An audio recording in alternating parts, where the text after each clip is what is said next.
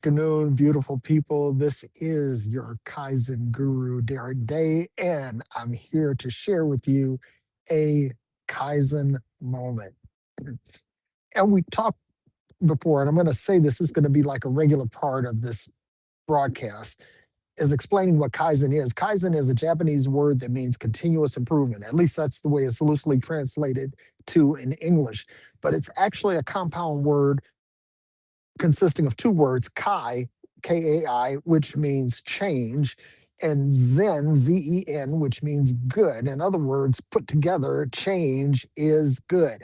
And the reason why I'm really focusing in on this is because when you learn to make the subtle changes in your life, you'll find that big things happen as a result. So, what we're trying to do is we're trying to invoke little changes to bring big results. And if you like this content, please share it, click like, add stars if you're on Facebook. Click the subscribe button if you're on YouTube. If you're on TikTok, make sure you click like, subscribe, and all of that, because I promise you that this is going to bless you. And the reason why I say this, one thing I always say is that success is not just Derek succeeding.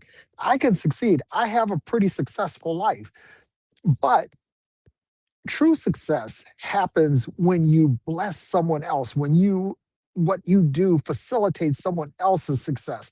And that's what I aim to do, folks. I aim to actually facilitate, catalyze, accelerate, and otherwise contribute to your success, because it's not all about me, it's all about us. So, with that being said, I want to talk about chasing and attracting, because we're taught to chase our dreams, to pursue excellence, to follow our dreams, and all of these other things. And I'm here to tell you that that is actually the wrong approach. I wish someone had told me this in my 20s. It would have changed my life, and it would have changed the trajectory of my life. And hopefully, I'm reaching some young people, because if you get this, you won't have to struggle like I did.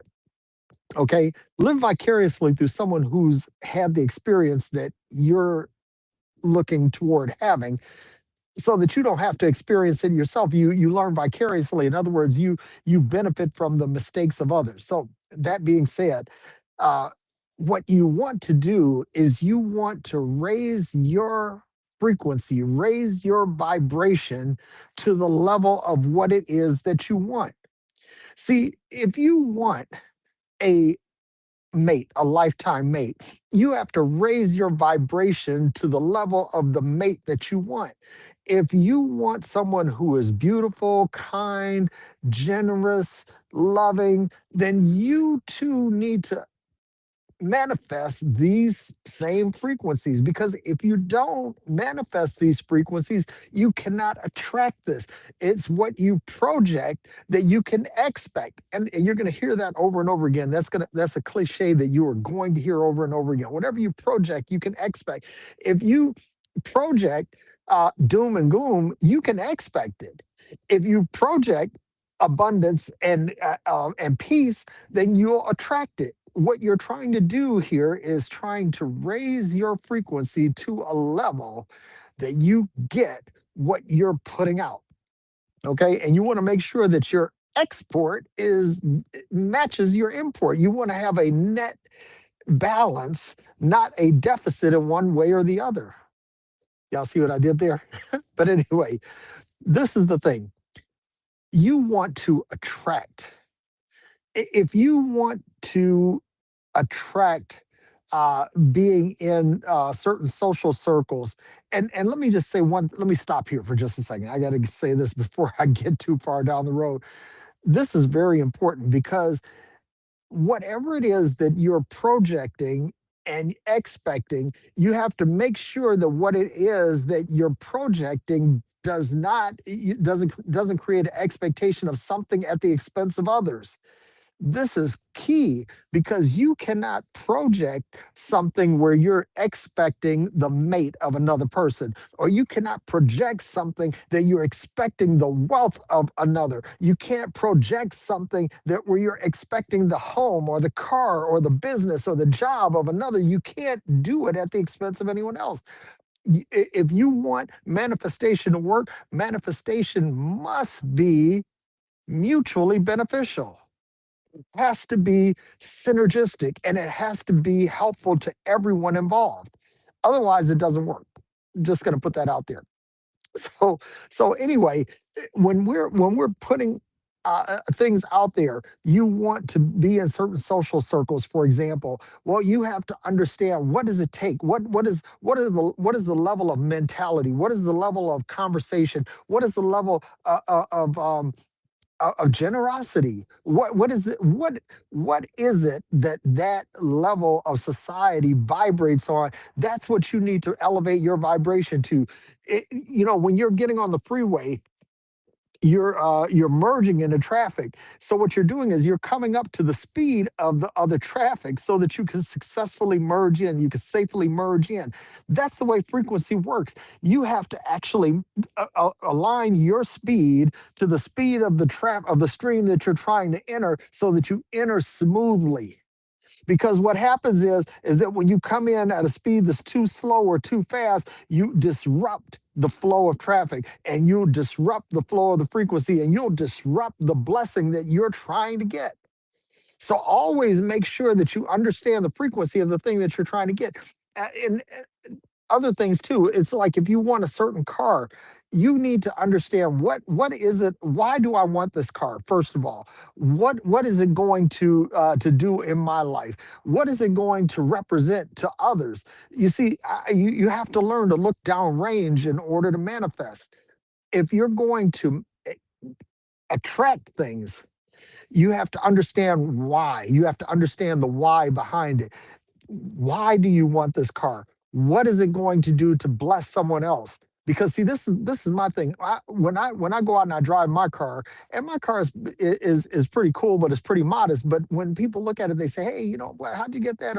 And I'm more than happy to tell them. I'm more than happy to share the story of how I came about getting my car. Why? Because it helps to raise their thinking and raise their frequency so that they can get the thing that they want as well. So the same thing with the house. I'm believing right now for a new house for Maya and I, and not just because we want a bigger house or anything like that. That number one, that we have room for all of our children, that we have room to have guests, that we have room to entertain, that our home becomes a place of blessing to everybody who enters it. This is why we want a bigger house, not just because we're materialistic and we want something bigger and better. No, that's not it. It's how it's going to be used as a blessing to others.